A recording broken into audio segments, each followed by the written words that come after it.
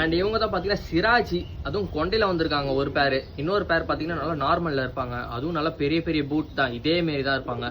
வரப்போகிற வீடியோ இல்லை அடுத்த வீடியோ நான் உங்களுக்கு போடுறேன். நம்ம ஷாப்பில் ஒரு பேர் வந்திருக்காங்க, நல்லா தரமாக இருக்குது.